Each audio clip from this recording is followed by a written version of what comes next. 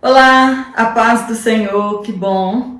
Hoje estamos na lição de número 6, temos aprendido bastante a respeito da palavra de Deus, acerca dos avivamentos que aconteceram ao longo da história da igreja. Falamos sobre o avivamento que Jesus trouxe, falamos sobre o avivamento dos evangelhos, falamos sobre o avivamento na vida da igreja e hoje nós vamos tratar especificamente sobre o avivamento na vida do apóstolo Pedro.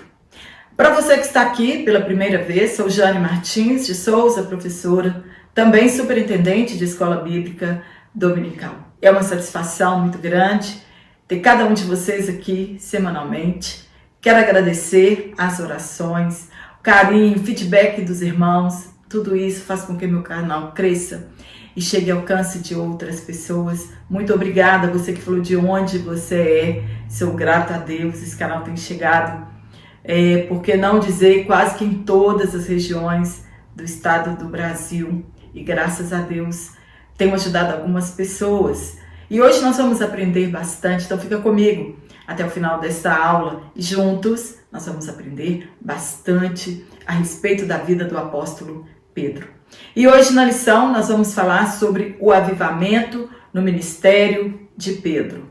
O texto que foi tomado por base está em Atos, no capítulo 2, versículo 14 ao 24. O dia de Pentecostes foi o cumprimento da promessa feita por Jesus àquela comunidade de cristãos. Se você não assistiu a aula de número 5, aconselho você que assista, você vai aprender bastante a respeito da igreja e do avivamento trazido pela igreja naquele século I e que chegou até os nossos dias. Aquele avivamento, a descida do Espírito Santo, foi um marco na história do cristianismo, o maior avivamento na história da igreja. A vida das pessoas não foi mais a mesma. Aqueles cristãos que estavam ali reunidos, que ouviram e que viram o derramamento do Espírito Santo, saíram daquele lugar diferentes, inclusive na vida dos apóstolos de Jesus Cristo. Existe a vida dos apóstolos antes da descida do Espírito Santo e a vida dos apóstolos depois da descida do Espírito Santo. Quando nós confrontamos a vida deles, nós podemos perceber que houve uma mudança muito grande. O derramamento do Espírito Santo na vida dos crentes mudou de forma maravilhosa o rumo da história e o início da igreja, ou a inauguração da igreja. Mas o princípio continua o mesmo. O Espírito Santo somente estará no nosso meio e em nossa vida se estivermos nele, obedecendo os mandamentos divinos, e fora disso, não é ação do Espírito Santo. O objetivo do derramamento do Espírito Santo era o crescimento da igreja. O objetivo continua sendo o mesmo: a colheita de almas para o reino de Deus. Mas a pergunta que fica era: quem era Pedro? Ou melhor, quem foi Pedro até chegar aqui no dia de Pentecostes? Porque estamos estudando sobre a vida dele. O nosso olhar para essa lição, ele não deve ser somente o de acumular conhecimento sobre a vida desse apóstolo ou de conhecimento bíblico. É olhar no retrovisor da nossa vida e reconhecer que, se assim como na vida de Pedro, houve grande diferença depois do batismo no Espírito Santo, se na nossa vida também houve essa transformação. É isso que nós devemos fazer a partir dessa aula. Se continuamos a mesma pessoa, sem mudança de caráter, sem mudança de conduta, e se ainda nos preocupamos apenas com as nossas coisas, e em lugar de nos preocuparmos com o reino de Deus. Então, que lugar o reino de Deus está em nossa vida? Essa deve ser a nossa preocupação. O quanto estamos dispostos a sofrer em prol do reino, a testemunhar do Evangelho de Jesus Cristo com a nossa vida. Este foi o objetivo daquela igreja que nasceu no dia de Pentecostes. O verdadeiro avivamento espiritual, o verdadeiro, ele provoca mudança de caráter e ele molda a nossa personalidade. O nosso caráter, ele pode ser mudado por intermédio do Espírito Santo. Quem mentia, não mente mais. Quem roubava, não rouba mais. Quem trapaceava, não trapaceia mais. Porém, a nossa personalidade, são traços herdados geneticamente dos nossos pais, de nossos avós, enfim. A nossa personalidade, ela vem de fábrica. Mas o Espírito Santo, ele sim, ele pode mudar a nossa personalidade. Na verdade, ele pode moldar a nossa personalidade. Assim foi com a vida de Pedro. Ele foi moldado pelo Espírito Santo. Ele permitiu que a experiência do batismo no Espírito Santo fosse única, mas que se tornasse um avivamento contínuo em sua vida. E é isso que também devemos fazer. Quantos de nós já foram batizados com o Espírito Santo e deixou ser apenas uma experiência única? Somente naquele dia não tomou posse do avivamento espiritual, não tomou posse da bênção do avivamento espiritual. Quem era Pedro? Nós devemos fazer essa mesma pergunta. Quem eu era antes de Jesus me chamar? Antes de Jesus me escolher? E quem sou eu hoje, depois do batismo no Espírito Santo? Se eu continuo sendo a mesma pessoa, alguma coisa não está certa em nossa vida. Se você continua a mesma pessoa, é hora de rever a sua vida espiritual. Aprendemos que o propósito do batismo no Espírito Santo nos dá poder para servir melhor no reino de Deus. Nos torna um canal de testemunho para o mundo. É a porta de entrada de vários ministérios espirituais em nossa vida. Quando nós somos batizados no Espírito Santo, abre-se então essa porta de vários ministérios espirituais chamados de dons do Espírito. Esses dons não são nossos, e sim dados para edificação da igreja, salvo o falar em línguas, que edifica somente quem fala, a não ser que haja interpretação das línguas estranhas.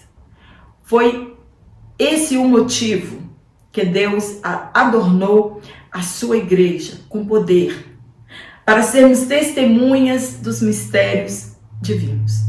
A nossa relação com o Espírito Santo, ela se torna mais estreita quando nós recebemos esse poder. E os dons recebidos trazem poder e sabedoria para a divulgação do Evangelho. Este é o propósito do revestimento de poder. Pedro, ele foi um dos primeiros e mais proeminentes discípulos de Jesus, escolhido entre os 12 de uma multidão que seguia Jesus. Seu nome sempre aparece primeiro entre as 4 listas existentes dos 12 apóstolos. Estes textos, alguns tratam da eleição dos 12 e também quando eles se reuniam no cenáculo, Pedro sempre está em destaque. O que nós podemos perceber é que se o Espírito Santo transformou a vida daqueles homens que eram improváveis, Jesus não escolheu, nós já falamos na outra aula, né? Se você não assistiu, assista. Jesus não escolheu por técnica.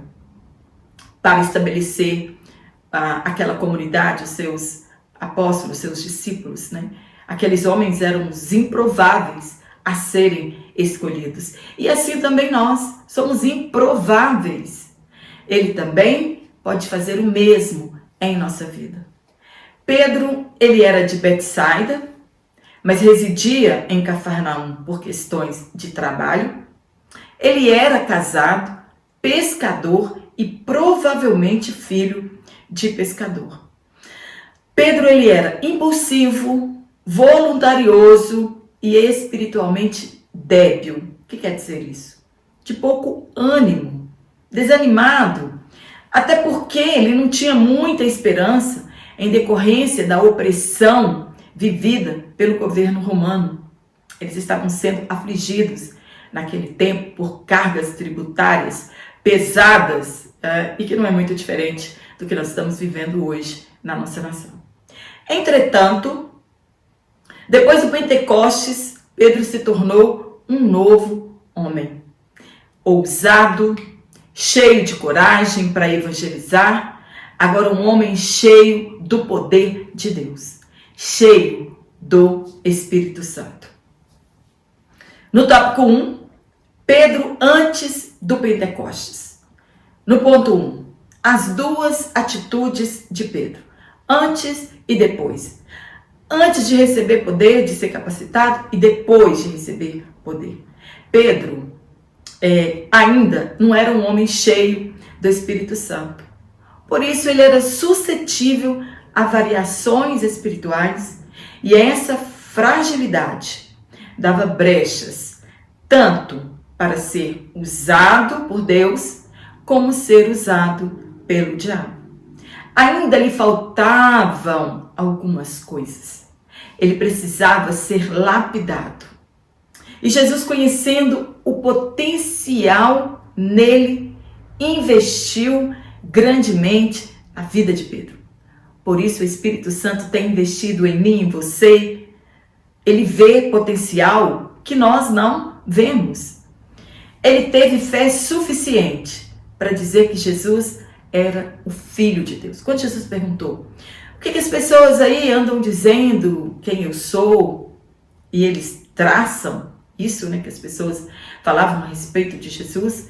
Pedro, então, cheio do Espírito Santo, foi revelado, né, por Deus que Jesus era o Filho de Deus, o Messias. E falta de fé. Olha, ao mesmo tempo, no mesmo contexto em que ele estava cheio de fé, cheio de Deus e respondeu que Jesus era o Filho de Deus, ao mesmo tempo teve falta de fé ao dizer que Jesus não deveria sofrer ou morrer por causa nenhuma. Foi elogiado por Jesus ao declarar que fora revelado por Deus acerca dele. E ao mesmo tempo repreendido por Jesus duramente. Na verdade, Jesus dirigiu a palavra ao diabo, mas Pedro, ele foi constrangido por causa dessa repreensão. Qualquer um de nós seríamos constrangidos com essa atitude de Jesus. Então, nós vemos que a vida dele era um pouco instável.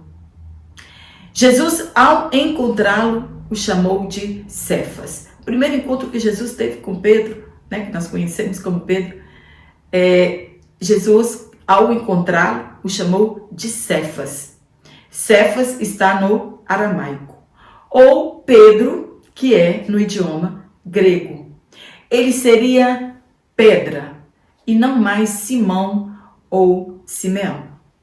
Ao invés de ter um temperamento iracundo, violento, quando nós olhamos lá em Gênesis, né, o filho de Jacó, Simeão, ele tinha esse mesmo temperamento. Então Jesus estava dizendo para Pedro que agora, olha, ao invés desse temperamento iracundo, violento, você vai se tornar firme como uma rocha. Isso é que ele seria mediante a graça de Deus. Eles seguiam a Jesus por vários motivos. E um deles era a autopromoção. Eles acreditavam que eles teriam alguma coisa a mais do que as outras pessoas por estarem seguindo Jesus. eles esperavam recompensa por seguir a Jesus, pois eles tinham deixado tudo. Pedro falou assim: Senhor, o que nós vamos receber? Nós que deixamos tudo e estamos seguindo ao Senhor, né? E Jesus deu uma promessa maravilhosa para eles, que eles julgariam todas as nações. Até mesmo na última ceia, eles discutiam sobre o lugar de honra no reino vindouro. Infelizmente, muitos de nós estamos como Pedro e os demais, esperando recompensas materiais aqui. No ponto 2, Pedro nega Jesus 3 vezes. Já ouvi e vi tantos pregadores criticarem a fraqueza humana de Pedro por negar Jesus 3 vezes. O medo, ele nos condiciona. A nossa natureza carnal nos faz pensar somente em nós. Depois de uma confissão talvez heróica diante de Jesus e de todos, Jesus desmonta Pedro e revela a sua fragilidade. Independente do que ele disse, Jesus o conhecia muito bem. Impulsivo nas palavras e nas atitudes, porém ainda lhe faltava o revestimento de poder. Jesus disse a ele que ainda naquela noite seria abandonado por todos, porém Pedro assegura a Jesus, convicto da sua fé, que mesmo que todos se escandalizassem nele, ele não faria isso. Quando se deu conta, na mesma noite, ele negou a Jesus 3 vezes antes que o galo cantasse. Então ele percebeu que ele ainda não estava pronto a morrer por Jesus Cristo. No Getsêmani, por pouco ele não matou a Malco, o soldado da guarda do templo. Ele fez tudo errado, tentando acertar, porém, sem seguir as orientações de Jesus Cristo. E muitas pessoas condenam a Pedro por negar Jesus. E hoje também muitos de nós negamos a Jesus com as nossas atitudes erradas. Mesmo com todas as falhas de Pedro, negando a Jesus em 3 momentos diferentes, Jesus não o rejeitou. Olhou para ele com misericórdia e não o condenando ou o desprezando. Se Jesus fosse escolher por capacidade ou fidelidade dos discípulos, nenhum deles passaria no teste. Assim somos nós. Jesus não nos escolheu porque somos capazes ou bons demais em alguma coisa. E muito menos nos rejeita porque somos falhos e erramos. Ele nos molda e nos capacita à medida que nos enchemos do Espírito Santo. Assim como os discípulos também erramos. Improváveis para o mundo. Nós somos improváveis para o mundo. E aprove Deus nos escolher dentre milhares de pessoas. Talvez o que falte para você é o mesmo que faltava na vida de Pedro: unção, revestimento e capacitação espiritual. E aí poderemos ser usados na virtude do Espírito Santo. Pedro fez um seminário de 3 anos e meio, porém ainda não estava pronto. Ainda lhe faltava alguma coisa muito mais importante do que isso. No tópico 2, nós vamos falar sobre Pedro após o Pentecostes. Na única vez em que Jesus mencionou a igreja, ele disse algo que talvez os discípulos não entenderam no momento que foi dito, assim como muitos não entendem também no dia de hoje. Jesus, ele disse a Pedro que ele era uma pedra pequena e seria sobre ele, Jesus, a rocha que a igreja seria edificada. Pedro era fragmento e Jesus a rocha. A crucificação e morte e a ressurreição de Jesus são os fundamentos da igreja.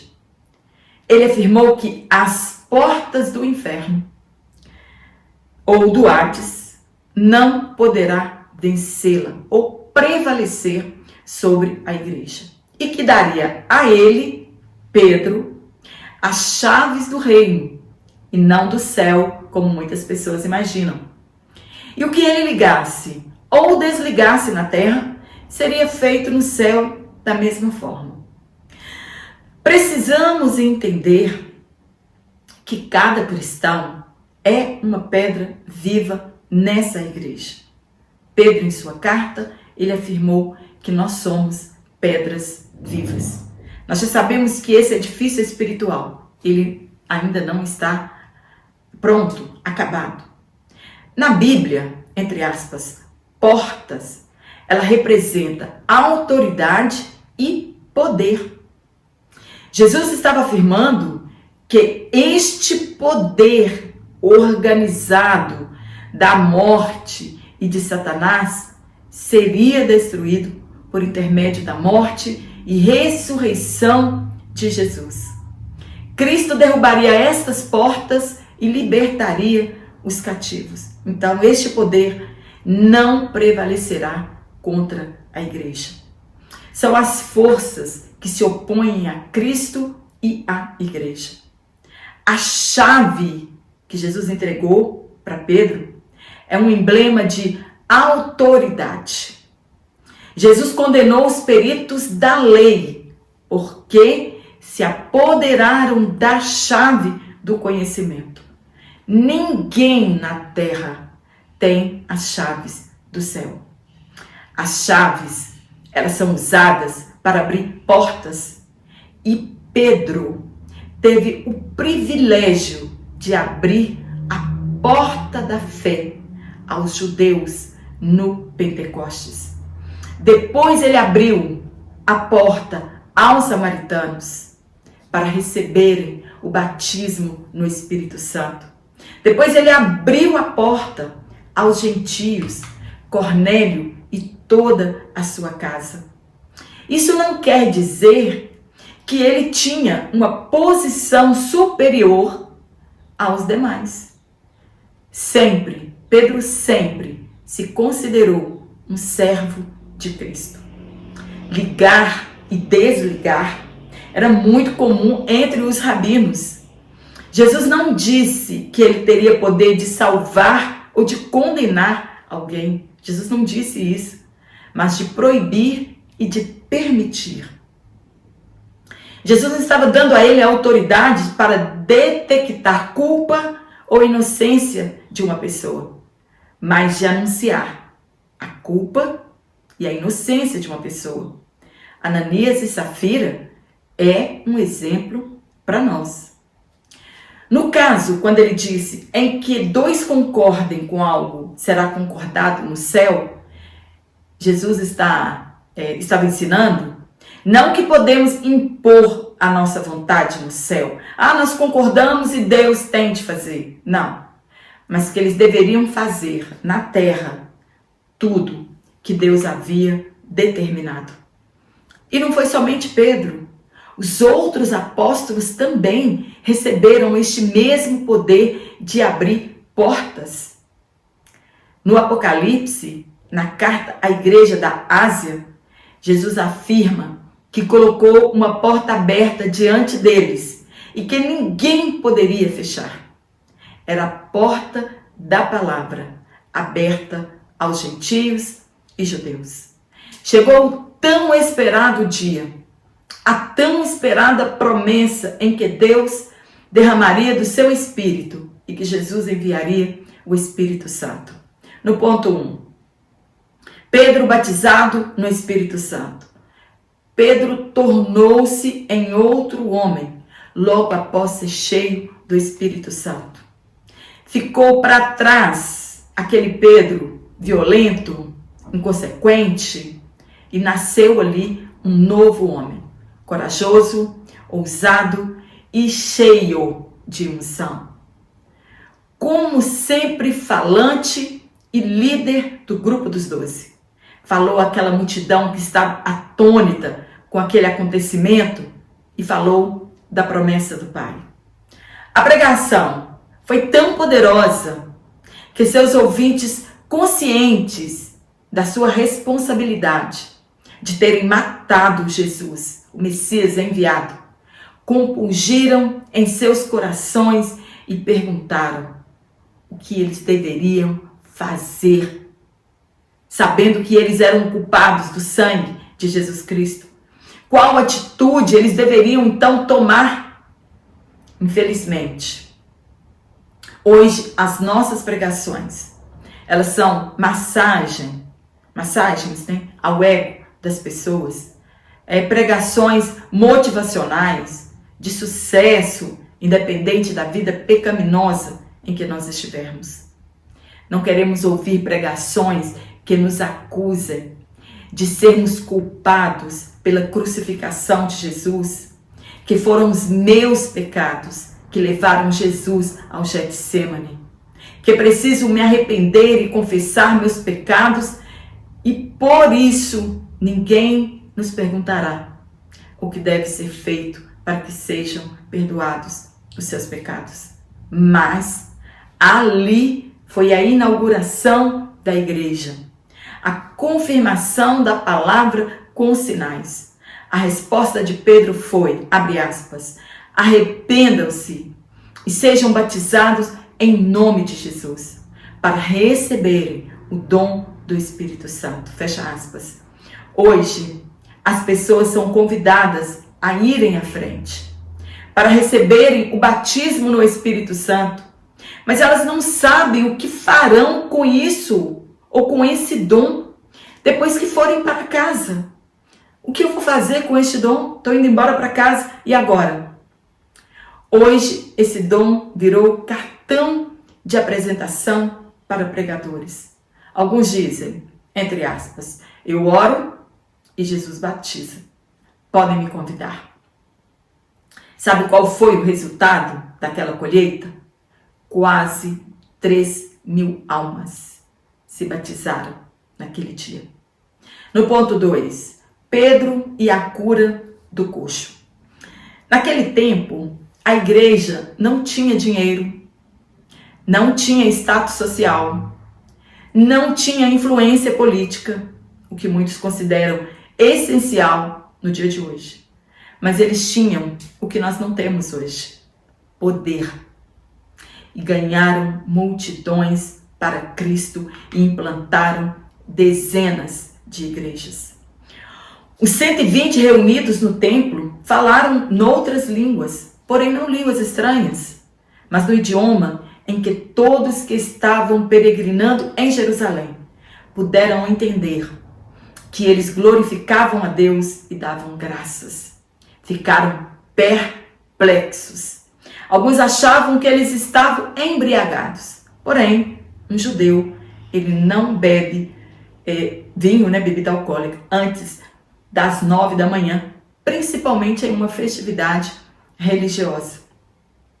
Foi o início da evangelização mundial. E não ficou apenas daquela experiência maravilhosa quando eles foram ao templo para orarem, porque não há poder sem oração. Haviam 9 portas que davam acesso ao templo, e na porta chamada Formosa, alguns defendem que se essa porta, aquela porta oriental, estava um dos muitos deficientes que iam para lá mendigar. Os cristãos, eles não tinham dinheiro, porque eles partilhavam tudo em comum.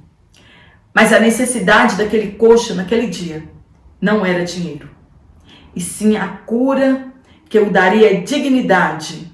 E ele também precisava de salvação para a sua alma. Pedro afirmou para ele: não temos dinheiro, não temos ouro nem prata, mas o que nós temos, nós vamos te dar. Eles tinham o que nós buscamos hoje: poder em nome de Jesus. E em nome de Jesus, o coxo foi curado. Ajudado a levantar, pulou de um salto e glorificou a Deus. Pedro aproveitou o ensejo e pregou a palavra de Deus. E devolveu a glória do milagre para Jesus. E falou, olha, vocês estão assim, mas não fomos nós que operamos isso, mas Jesus Cristo. A glória sempre é de Jesus. No ponto 3, Pedro avivado em outras ocasiões. A resposta do avivamento é salvação. Avivamento traz salvação, mas também traz perseguição. Em decorrência do milagre, acima que nós falamos, dezenas de pessoas o cercaram. E Pedro então aproveitou e pregou a palavra. Por isso foram levados presos ao Sinédrio. E a Bíblia diz que muitos que ouviram a pregação no templo se converteram. Quase 5.000 pessoas. Foram interrogados no Sinédrio, questionados pelo sumo sacerdote com que autoridade ou em nome de quem eles estavam fazendo aqueles milagres, e com ousadia Pedro disse que era em nome de Jesus, a quem eles crucificaram. A pedra que eles rejeitaram era Jesus, que morreu e ressuscitou ao terceiro dia. Por causa de um milagre, um bem operado na vida de um coxo, eles queriam silenciar os apóstolos.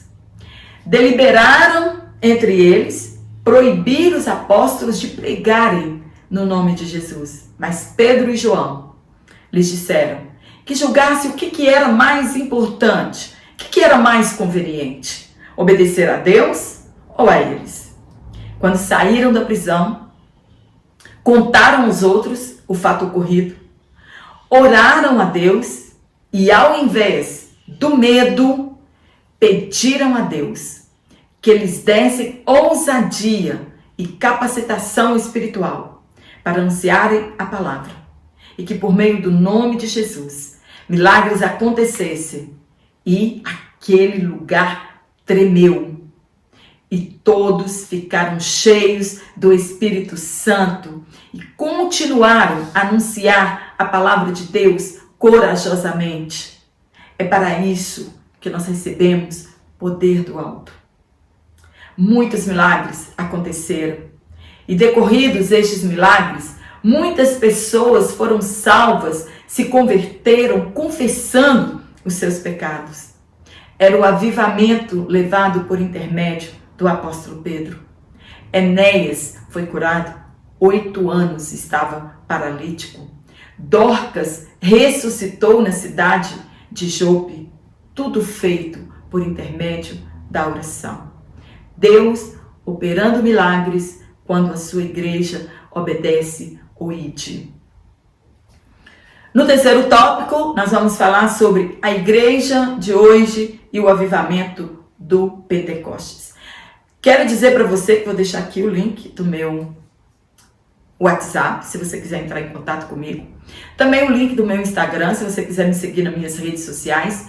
E vou deixar um banner aqui, se você quiser ser um assinante trimestral, você vai receber todas essas aulas em PDF, exatamente como eu falo aqui. Ou se você preferir adquirir somente esta aula, também pode.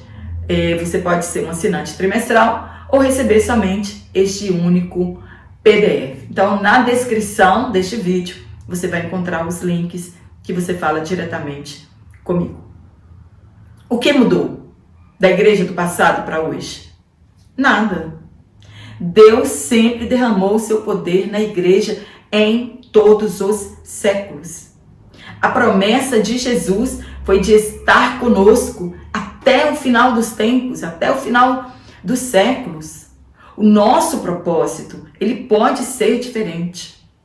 A institucionalização da igreja, as muitas regras dificultam, a evangelização mundial. Nós temos necessidade de um grande avivamento, Mas por onde? Ou por quem ele começará? Quem pode dizer como Isaías, entre aspas, eis-me aqui? O problema é que não queremos pregar um evangelho que nos causa problema, dificuldades, perseguição. Queremos ser aceitos e bem prósperos. Sabemos que para haver um avivamento, Deus precisará intervir na história, como ele fez em todas as eras. Mas é preciso haver um povo disposto para isso. A chama do avivamento, ela está se locomovendo para os países outroras mergulhados na idolatria. É Deus intervindo na história e usando pessoas que amam pessoas, que não têm sua vida por preciosa. Jesus previu que antes do seu retorno haverá falta de fé. Uma fé perseverante na oração pressupõe um período de declínio espiritual e de perseguição que exigirá perseverança da nossa parte. Hoje nós estamos tendo uma experiência, velada sobre o que você pode falar e o que você não pode falar, o que você pode publicar e o que você não pode publicar. No dilúvio, apenas 8 pessoas foram salvas. Em Sodoma, apenas 4 pessoas e um ainda pereceu no caminho. O que tinha de diferente entre aquela comunidade e a nossa? Nada. Tudo corria normalmente, inclusive a degradação moral. No ponto 2, tempos de multiplicação da iniquidade. Estamos vivendo dias difíceis e o certo é errado e o errado é certo. Jesus falou sobre isso. Não podemos nos assustar com o cumprimento da palavra de Deus. Na verdade, devemos estar vigilantes e fazendo o que Jesus nos mandou fazer. Pregar o evangelho. E somente quando ele for pregado em todo o mundo, virá o fim. Muitos sinais são descritos por Jesus até que venha o fim. E um deles é terrível. Quando diz que por aumentar a iniquidade, o amor de muitos esfriará. Graças a Deus que não é o amor de todos. Infelizmente, estamos insensíveis a tantas notícias ruins e perdemos a sensibilidade com o sofrimento alheio. A sensibilidade por milhares de pessoas que vão para o inferno todos os dias e isso não nos incomoda mais. Porque se nos incomodasse, estaríamos fazendo missões. Estamos ocupados demais cuidando de nossas coisas. Pedro deixou tudo e incendiou a sua geração. No ponto 3, a igreja será arrebatada. É uma promessa feita por Jesus de vir nos buscar. Então, sim, a igreja invisível será arrebatada. É a igreja representada pelas 5 virgens prudentes da parábola de Jesus, que levavam azeite de reserva para suas lamparinas. É a imagem ali de uma igreja santa, consagrada a Deus, separada do mundo e dos seus prazeres. Uma virgem adornada para o seu noivo. Estamos preparados para esse dia? Estamos avivados como Pedro? Será que Jesus pode voltar hoje? Estamos prontos? Não seremos surpreendidos e achados despreparados? Nós estamos trabalhando mesmo para o reino de Deus? Amém? Espero ter te ajudado com este comentário, que você tenha uma excelente aula. Então comente aqui no meu vídeo, na minha aula, comente, fala de onde você é. Se você gostou da lição, se você não gostou, compartilhe em suas redes sociais, dá um feedback da sua lição de número 5, o seu comentário, a sua curtida, faz com que o meu canal continue crescendo e ele chegue ao alcance de outras pessoas. Então, contribua para que o meu canal continue crescendo. E eu quero mandar um abraço para aquelas pessoas que me pediram em particular. Nossa irmã Maria Valnice, em Icó, no Ceará. Denise Moreira, na AD Emanuel, em Cachoeiro. Valdeci Silva, em Itajuípe, na Bahia. Maria Lúcio Reis, em Jerônimo Monteiro, no Espírito Santo. Um forte abraço a todos vocês e eu te espero aqui na nossa próxima aula, se Deus assim nos permitir. Então.